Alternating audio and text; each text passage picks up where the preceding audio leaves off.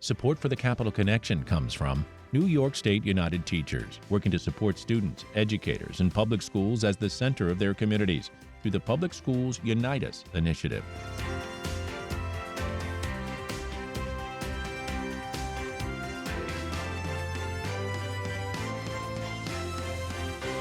It's the Capital Connection. Hi, I'm David Gastina. Back with us for a second time is Avery Stempel, co-president of New Yorkers for Mental Health Alternatives. That's NYMHA, a nonprofit looking to legalize the medical use of psilocybin-containing mushrooms. New Yorkers for Mental Health Alternatives argue that New Yorkers are experiencing a critical mental health and wellness crisis and that present approaches to treatment are insufficient.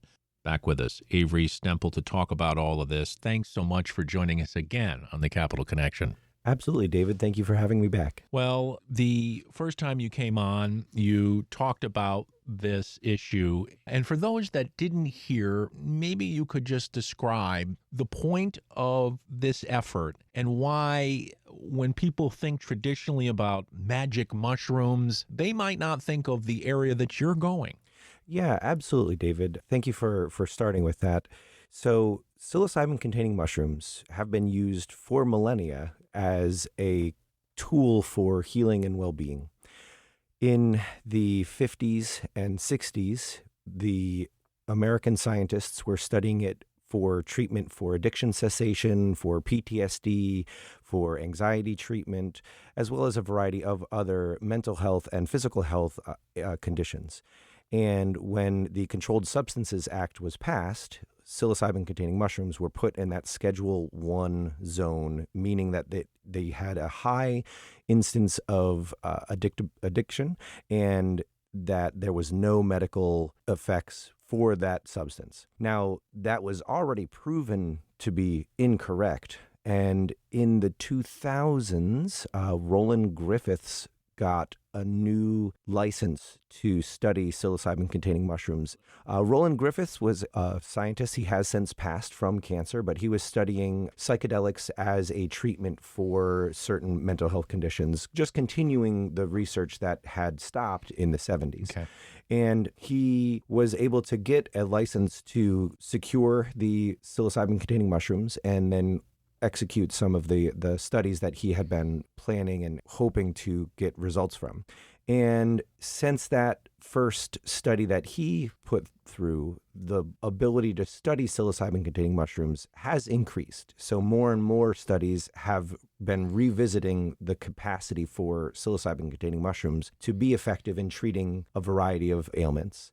I'm just finishing a book by Eugenia Bone called Have a Good Trip, which I highly recommend to anyone that is even tangentially interested in this topic. And she, for the last few chapters, is just going through all of the different conditions that psilocybin-containing mushrooms have been shown to help. So stopping obsessive-compulsive behaviors, ADHD, allowing people to focus, down to physical ailments like irritable bowel syndrome. You know, it really is a substance that deserves much more attention in how it can treat these various conditions. Avery Stempel, co-president of New Yorkers for Mental Health Alternatives. You, in your daily life, are someone who started Collar City Mushrooms. You're now over at Indian Ladder Farms. You were not interested in the magic mushrooms. You're interested in gathering edible mushrooms. You do these dinners where everything's made from mushrooms. You've paired it even with beers and ciders through Indian Ladder Farms. It's quite the experience, and people get to go out and forage for those mushrooms, and you teach them all about it. So it's educational. It's learning how to cook and understand the qualities of mushrooms and the different dishes that you make. And yet, as you told us last time, people kept coming to you thinking it was the other kind of mushrooms, but then you learn there's this great need. That's right, David. So, we opened a culinary mushroom farm, and, my intent was to provide the region with delicious ingredients. And most people assumed, oh, here's a mushroom store. It must be a dispensary for psychedelics. And people would come in, sometimes with a sly, like I'm going to a concert and I'm looking for something to have fun. But more and more people would would come in with, my daughter is suffering from depression and she's been on SSRIs, the serotonin reuptake inhibitors, for decades and it hasn't helped her. My aging parent is in hospice care and he's having real trouble letting go, and I've heard this can help. And, with tears in their eyes and like absolute pleading, with me to find them an avenue to these substances, they would beg for access. And I realized that there was a real need to get legal access because, there are therapists working underground and helping people at risk of losing their license. There are people who are growing these substances and providing them at risk of being jailed and being fined. And, we firmly believe that no one should be jailed or imprisoned for their attempts at healing. And so many people are finding surcease from their suffering using these natural substances. And it's important that we give people a chance instead of just jailing them. Yeah, and one of the things that struck me the most was when you came up to the Capitol, you had people giving testimonials, and a lot of these had to do with people who suffer from PTSD. So we're talking about your firemen and your policemen and your soldiers, and you can think of so many others that might fall into this category where, again, this is a medicinal use, not a recreational use that you'd be pushing for in this legislation. I have met so many amazing people who have suffered such intense trauma and only gotten their lives back through the use of these substances. Ethan Abend was a New York police fighter SWAT team member who was reporting to either a cannabis operation or a crystal meth operation, and the building blew up. And he got a traumatic brain injury and for years didn't function well as a human anymore. And it wasn't until he went to an underground psilocybin ceremony facilitated experience in Arizona, I believe, that he was able to let go of that trauma and move forward with his life. Joe McKay was a firefighter in New York, and he was doing a fundraiser on September 11th, 2001. And one of his closest friends was covering his shift, and he was one of the first responders to the towers and did die in that attack. And Joe worked for months trying to clean up the pile, and then started being impacted by cluster headaches. And cluster headaches is another one of these very ill understood ailments whose relief is only through these psychedelic substances that work on the neural pathways in the brain and help connect broken fissures essentially in your brain and through your neural pathways. And when you're talking about people using these substances, getting the psilocybin, it would be under the care of a doctor. So it would be sort of a guided situation. In those cases, it has happened that they're facilitated. Joe, he just tried it in his backyard on his own.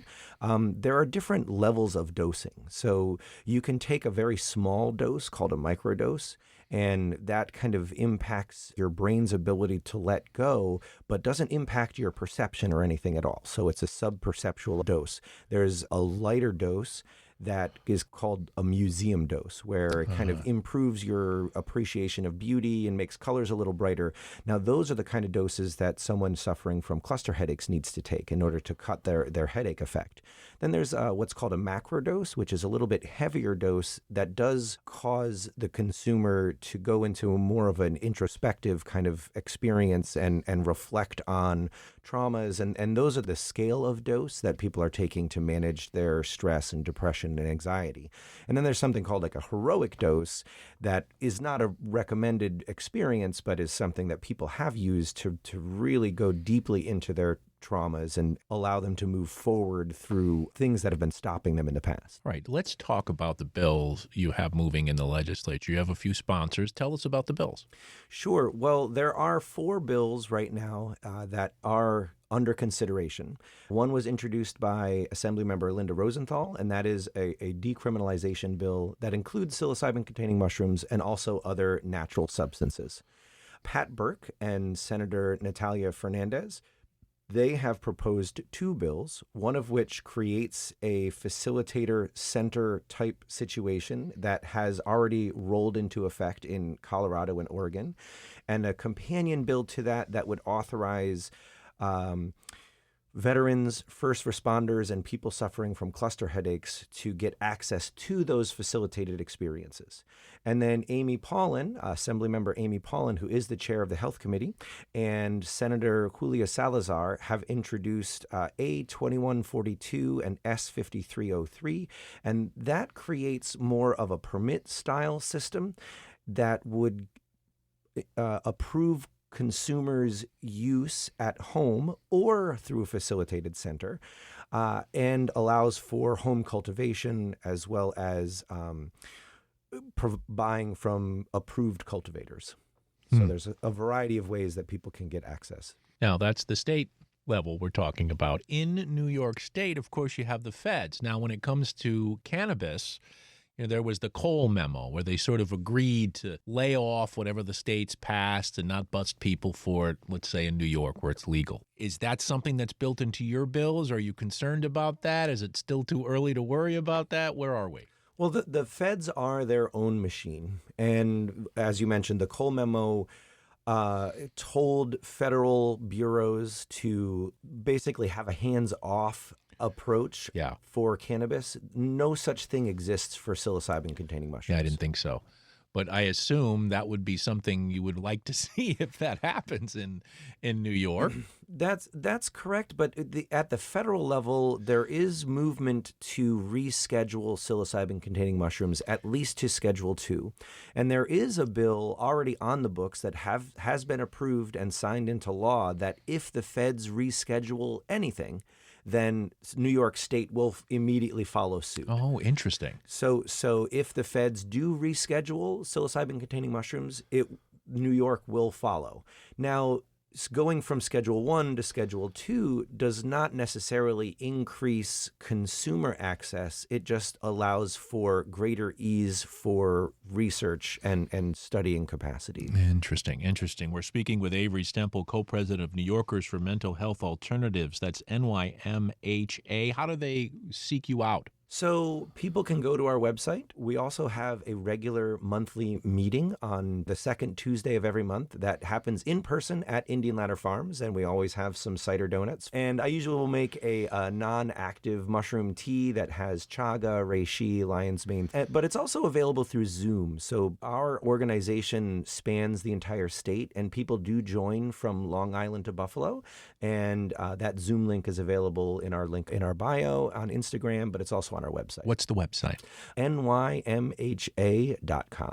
Avery Stempel, co-president of New Yorkers for Mental Health Alternatives, is joining us on the Capital Connection this week. I'm David Gistina. Now, Avery, you told me something that I hadn't heard before, and I want to bring this into the discussion, which is synthesized psilocybin. And you say there's a push now among one of the largest companies to use synthesized psilocybin rather than natural psilocybin. How is that impacting things? Well, that's correct, David. So essentially, the studies that have happened so far in the United States have, for the most part, used a synthesized psilocybin product. Now, that can be easily manufactured and regulated, and, it's all produced in a lab. What that doesn't allow for is the entourage of other components that are in the mushrooms. So most researchers are looking at psilocybin, which is one of the active molecules. There's also psilocin, which psilocybin converts to inside the body before it hits the serotonin receptors. But there's also components called like baeocystin and cystin and different things that are in the mushroom that haven't necessarily been looked at so closely yet. And as a result, we just don't know what impact not using all of the mushroom is going to have on people's ability to utilize it as a healing tool. And if we only allow synthesized psilocybin in New York State as a product to be consumed, then we don't allow access to farmers to benefit from being able to produce this naturally occurring crop. So personally, as a mushroom farmer, I am arguing for allowing both substances, both the natural mushroom and the synthesized product, for people to consume. And I would imagine, Avery Stempel, that as a piece of information valuable to lawmakers in terms of making a decision, it would be, how can we help New York's farmers? This has been a big issue. It's been an issue with cannabis when they've gotten shortchanged in many respects on that issue. So farmers, it would seem to me, would be a big linchpin in their decisions, these politicians' decisions, to make sure they include that in the law. Yeah, absolutely. And through our farm work, we are in the New York Farm Bureau, and the New York Farm Bureau has already approved language in their policy book acknowledging psilocybin-containing mushrooms as a potential upcoming crop for New York farmers. And, our discussions with the Farm Bureau and then with lawmakers since then, have also included, hey, this is important for New York farmers. I have talked to many mushroom farmers across the state, and all of those mushroom farmers have the capacity to grow this additional crop. You don't need any additional technology. And as part of growing mushrooms, you have to be contaminant free. You have to operate in a way that is safe for people to consume already. And so it would be easy to include that mushroom in particular as one of the crops that are grown by the existing infrastructure that already exists in New York. Well, let's talk for a minute about growing mushrooms. How did you get involved with this and decide to have, sort of an indoor urban vertical mushroom farm? Sure. Well, mushrooms are a fascinating organism, and I have always been enamored by their appearance, seemingly like magic overnight. People have been messaging me nonstop about giant puffballs recently, and giant puffballs sometimes get really, really big. Yeah, you put those on your Instagram page. I saw those, and that's where you push on them and it appears like smoke or dust comes flying out of them. Yeah. Well, because their whole internal structure changes to spore. And so it's this really dense, meaty mushroom that then completely transforms into a puffable spore like magic. It's very fascinating. I grew up on a sawmill up in Eastburn, and I was immersed in nature all the time, and seeing mushrooms in the different ways that they manifest was always very fascinating to me. And so when I was forced to pivot my personal life, I decided to go all in on mushrooms, and it really has been an avenue to connect me to so many different communities: the farming community, the natural medicine community, the now advocacy community, the foraging community. Yeah. And, they work like magic, no matter whether they are active mushrooms or not. They really are a fascinating organism to learn about and to be partners with. Yeah, and a naturally growing organism. If we go back to the synthesized psilocybin, lab tested and everything, and most people would think that's great, but we do have a lot of drugs on the market that are created in labs, and they might not be the best alternative, as we've seen with opioids and other things, which is why I think there's been a push back toward these more natural substances to use in healing. Yeah, and the difficulty comes in regulation. And the FDA wants something that you can repeat and repeat and repeat and have no deviation. And when you use something like turkey tail as an anti-carcinogen, it's what was the substrate that it was grown on? What conditions was it grown in? And, it's just more difficult to regulate something that is naturally occurring, which I think is the largest hesitation. But then you miss out on that entourage effect, and you can extract a single molecule from something and say, this is the thing that is the most effective. But you don't really know what you're missing out on when you don't include that entire organism for its effects. And in the cannabis industry, the legal cannabis industry in New York, something interesting is happening, which is they seem to be pushing more people to the recreational product than the medicinal product. And here's why you're seeing that. It's because it's cheaper to get your product on the recreational market. Why? Because you do less testing. So when it comes to testing, there's testing, and then there's rigorous testing, which is on the medical side. And of course, you're pursuing this from a medicinal perspective. And so, that is, to me, a quandary. Why would you not want all of your products rigorously tested? Why would it be this lesser category for recreational use? Yeah, that is an interesting quandary for sure, David. The idea that we wouldn't want the content of the mushrooms evaluated is very interesting. As a consumer, you want to know what you are taking, the dose level, Right. because different mushrooms have different levels of active compounds in them.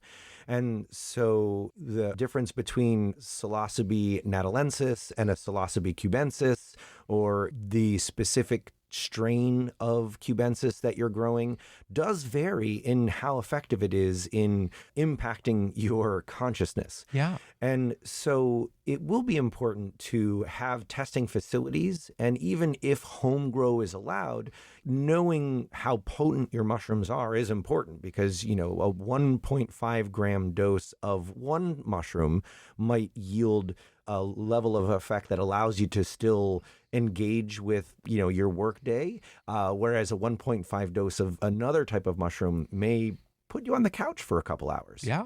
Well, what's interesting to me, I saw a documentary on Amsterdam, Holland, that is, Mhm. where you can get mushrooms. And there was a person who was talking to one of the people selling, and they were very clear on the dosages. And they were asking, the person what were they looking for in their experience. And Right. this would be the dose for you as opposed to this dose for you. And not only that, but it came in chocolate.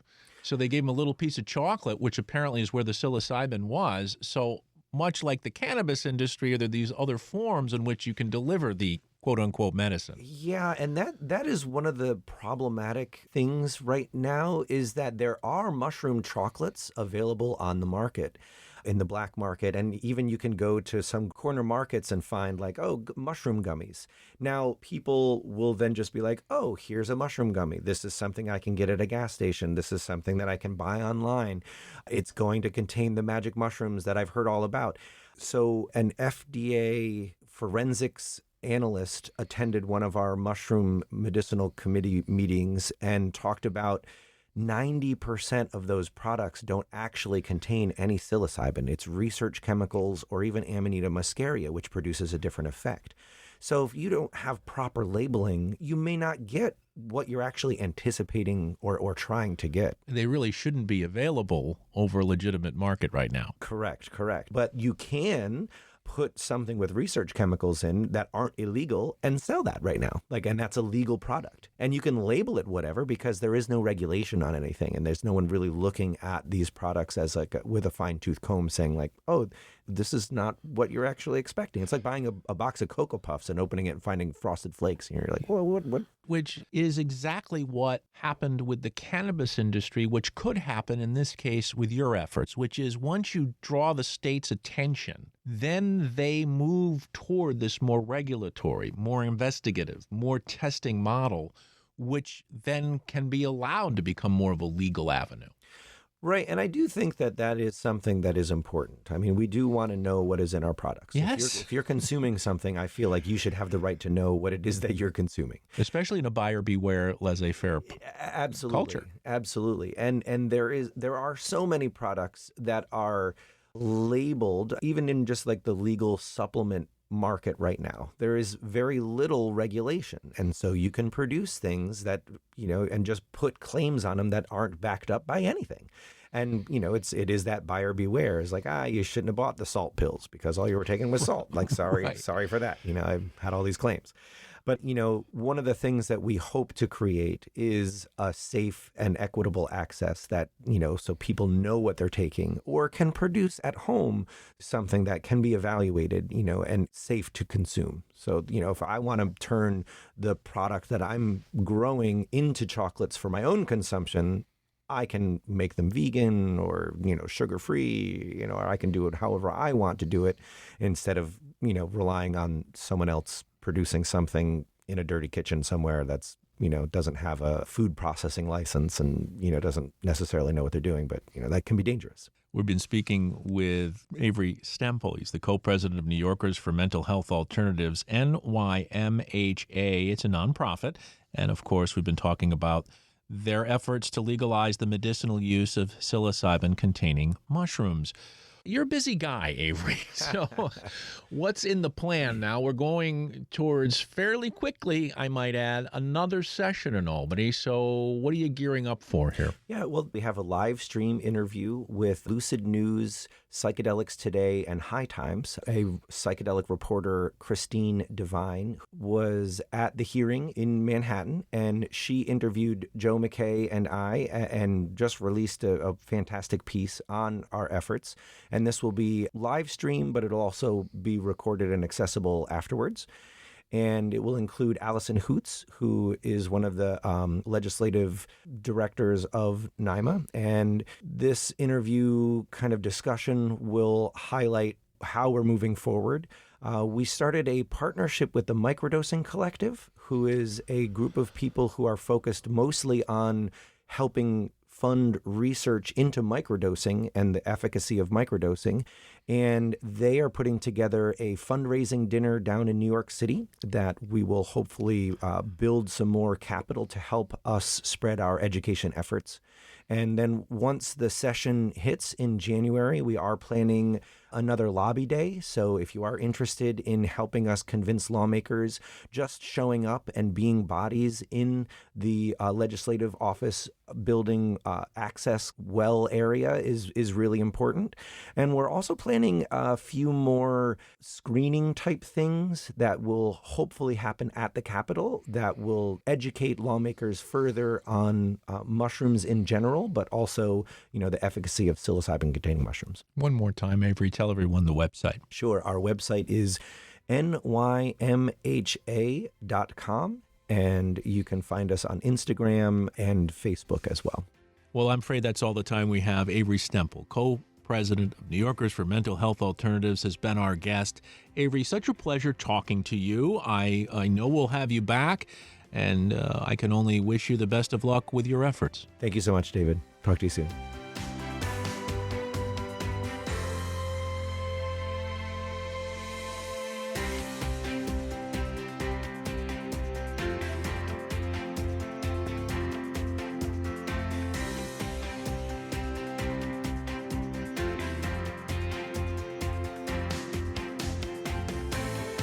Support for the Capital Connection comes from New York State United Teachers, working to support students, educators, and public schools as the center of their communities through the Public Schools Unite Us initiative.